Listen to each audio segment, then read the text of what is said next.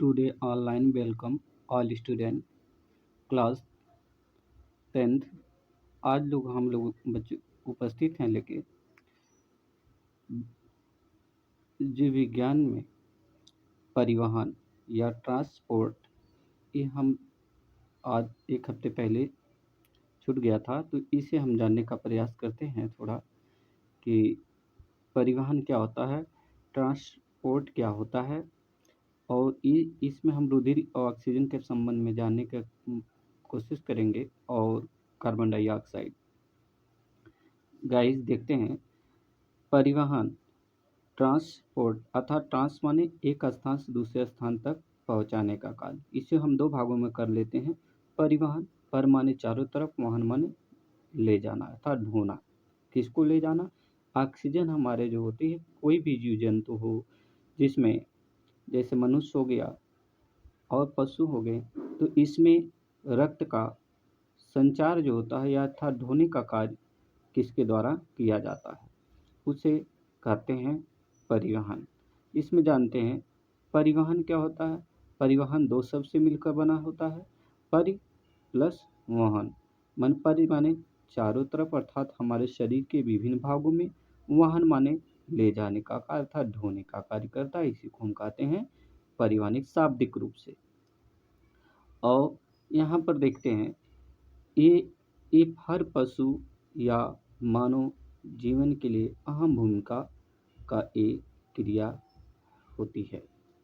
देखते हैं गाइस, सभी जीवित कोशिकाओं अर्थात सभी जैसे जीव जंतु, सभी जीवित कोशिकाओं जिसमें कोशिकाएं पाई जाती हैं और वो जीवित प्राणी हो, उन कोशिकाओं को भोजन तथा ऑक्सीजन मिलते रहना जरूरी है। आज अगर भोजन नहीं मिलेगा तो उस व्यक्ति या प्राणी का विकास नहीं होगा तथा ऑक्सीजन नहीं मिलेगी तो जीवन असंभव है। ये सर्वसुलभ है।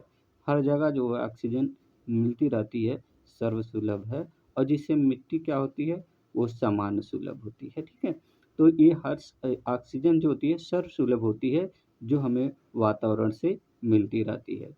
और देखिएगा गाइस, तथा उपापचय के फलस्वरूप अर्थात जो हम भोजन ठोस या तरल के रूप में अपने मुख गुहक द्वारा ग्रहण करते हैं, उसके उपापचय क्रिया के अर्थात फलस्वरूप बने उत्सर्जित पदार्थों जैसे कार्बन डाइऑक्साइड तथा अमोनिया, ये कोशिकाओं से हटाना भी उतना ही आवश्यक है।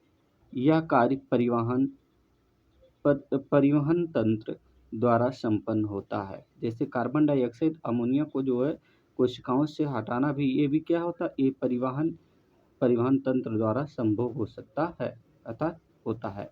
हमारे शरीर में भोजन का पाचन आमाशय व आंत में होता है। अगर गाइस कोई कहता है कि आपको भोजन का पाचन कहाँ पर होता है, तो आप साधारण में कह सकते हैं कि हमारे आमाशय में होता है अर्थात प्राणी के आमाशय और आंत में होता है। जैसे छोटी बड़ी आंतें होती हैं, उसमें भी भोजन का पाचन होता है। यहाँ से पचे हुए भोजन का शरीर के सभी भागों में पहुँचाना जरूरी है। ये किसके द्वारा होता है? परिवहन के द्वारा होता है। हमें ऑक्सीजन सांस द्वारा अंदर आने वाली हवा से मिलती है। सांस जो होती है वो अंदर आने अर्थात नाका छिद्र के द्वारा जो होती है, हम सांस को लेते हैं, हवा से मिलती है। इसका भी शरीर की प्रत्येक कोशिका तक पहुंचाना जरूरी होता है। ठीक है, तो परिवहन के लिए सभी बहुकोशिकीय जीवों में विशेष प्रकार की वाहिनियां तथा उनमें बहने वाला द्रव होता है। कोई भी गाइस देखा जाए, अगर प्राणी होता है तो उसमें ये भी है, विभिन्न प्रकार की छोटी छोटी कोशिकाएं जो होती हैं, जो और इन्हीं छोटी छोटी कोशिकाओं से मिलकर ऊतक का निर्माण होता है, जो हमारे शरीर के वृद्धि और विकास में अहम भूमिका निभाता है। और ये भी जानते हैं, जो जो कोशिकाएं होती हैं वो हमारे शरीर को जो एक भरण पोषण के रूप में वो जो पोषक तत्व होते हैं, ये विभिन्न भागों में पहुँचाने का कार्य करती हैं।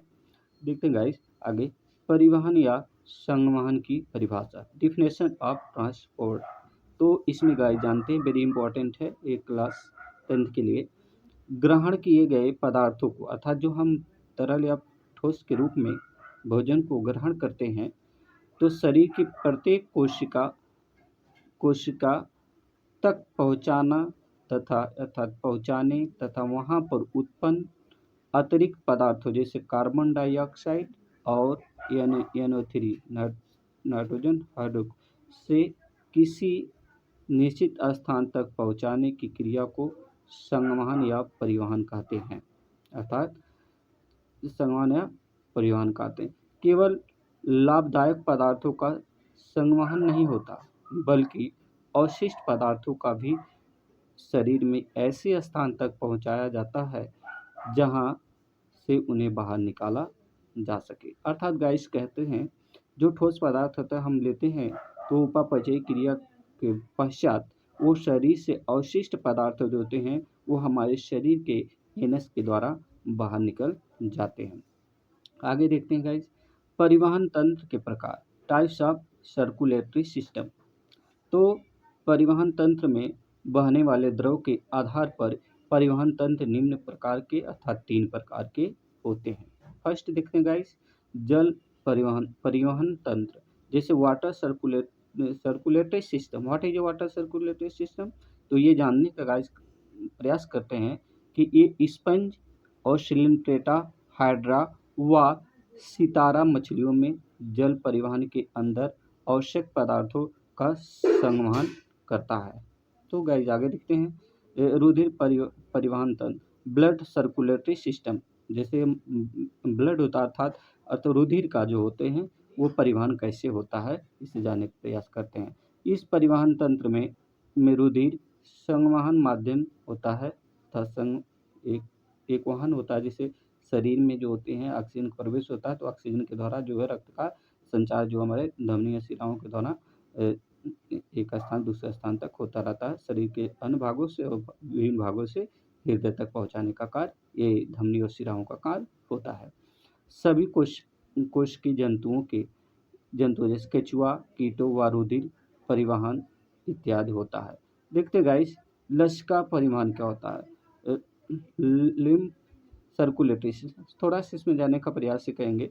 लसिका वास्तव में छाना हुआ रुधिर पदार्थ होता है जो हमारे पूरे शरीर में एक इनका विशेष योगदान होता है। Thanks guys. आज कल हम लोग नेक्स्ट दिन पढ़ेंगे रुधिर परिवहन ब्लड सर्कुलेटरी सिस्टम के बारे में। थैंक्स। लाइक सब्सक्राइब करिए। थैंक्स।